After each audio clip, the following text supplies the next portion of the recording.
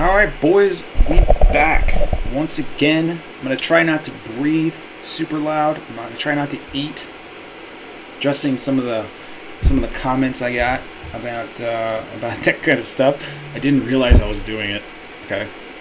I don't know what it sounds like for you guys. And do you think I watch the video when I'm done? I just record it and put it up.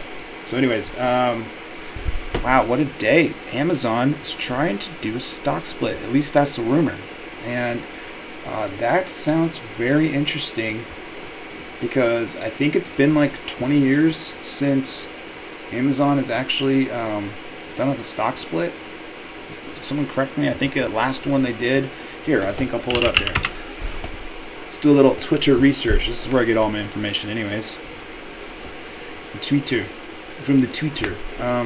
So here you go. Tom McClellan, if you guys don't know him, he came up with the McClellan oscillator, which is like a really, fancy way of saying RSI, in my opinion. But he people follow him. Apple did a 7-1 split just before getting to the Dow Jones in 2015, a peculiar stock split which took it close to the average price of the Dow Jones stocks then. Today, the average price of the Dow Jones stocks is 172.16, which would mean a 20-for-1 split for Amazon if it wants to hit that number. Now, if it wants to be one of the average prices, which anyways, that kind of makes sense to me for if you're doing a stock split so that investors, smaller investors, more people, more exposure to the price, just because it's not 30. I mean, think about how many times I can't think about how many times me as a small account relative to most traders would want to buy Amazon, but I couldn't unless I was buying fractional shares, because I really don't find it attractive to buy a stock at $3,400, $3,200 when I can go buy all this smaller stuff that rips just as much. I like things that are going to rip 5 or 10% in a day or a week. Amazon, I haven't seen a more than 2% move, and I don't know how long. Even on the downside, 2% is like about as much as it moves, and I think it's just because it's a pretty liquid, big stock, but I don't think it's as liquid as it could be, and it's been so long. I think Apple's split like 5 times. If I remember right, I could look it all up and get the exact numbers. Some of you probably will know. Netflix has split like 5 times. Tesla's already split once. And Amazon has only split once in like 20 years. So, I mean, if you think about how many times Apple's split, how many times Netflix has split, I mean, Google has 2 separate stocks. It's time for Amazon to actually split. If they would, I think the stock is going to rip like crazy if it's down at this 172 level. And it's not that it should. There's the argument out there that, the stock split doesn't add anything to the market cap. It doesn't add anything of value. Well, it's all about supply and demand. If you're gonna subliminally, psychologically lower the price, it just makes it more attractive naturally to everybody. So it's just like this human. Most of you, I know y'all are cold-hearted, machines out there, just trading like an algo. You got the algo pajama traders out there, but it's all about whether or not someone wants to actually put out their money to purchase that stock. And I'll be honest, I would rather hold shares of Amazon at 172 than I would at 3,400 psychologically.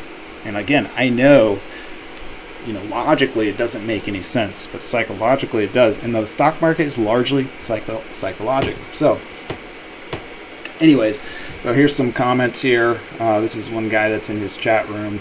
Make it 30, 40 to 1, whatever gets them to $100 on the nose. I like that idea.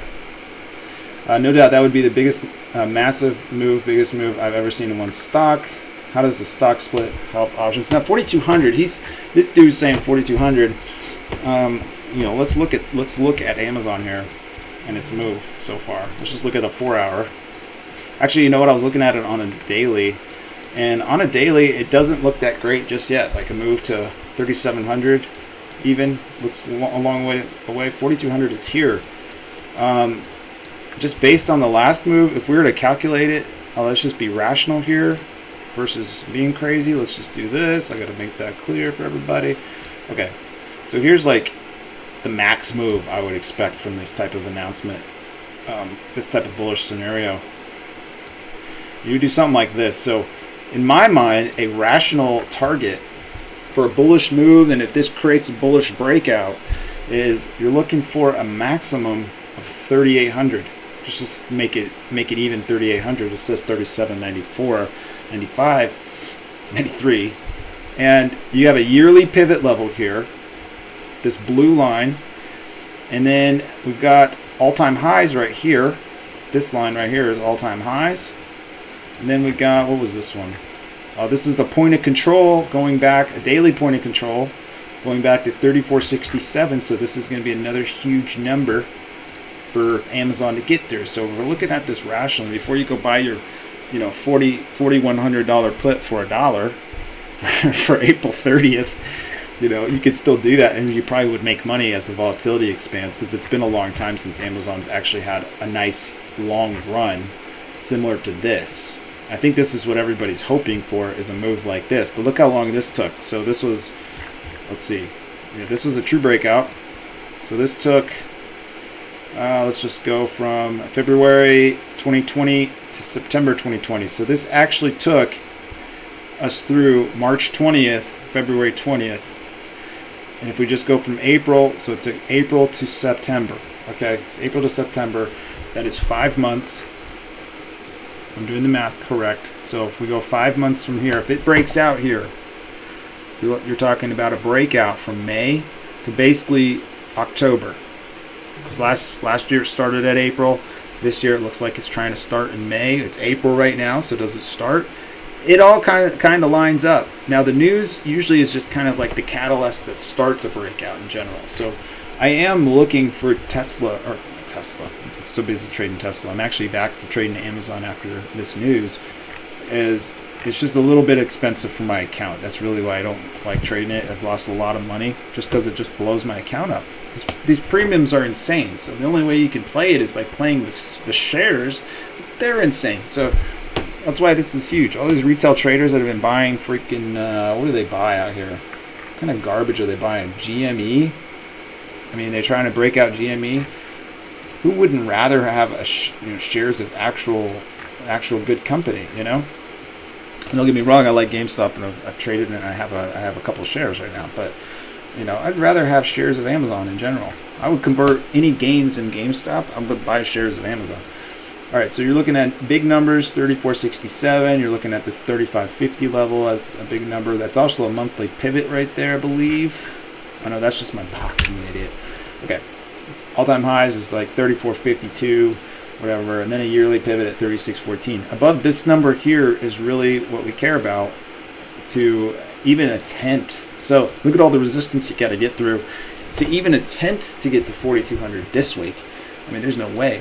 But 4,200 by October is reasonable. So if you were so inclined, going out and buying some leaps out here that are cheaper, like the 4,000s, the 4,200s, coming out here in October, maybe even September, and trying to collect on a nice, couple week, maybe a couple month move to the upside, similar to this one. Anyways, that's my proposition on Amazon. Hope you guys like it. Hope I didn't breathe or eat too much. And don't like this video and don't subscribe. I don't even care. Peace.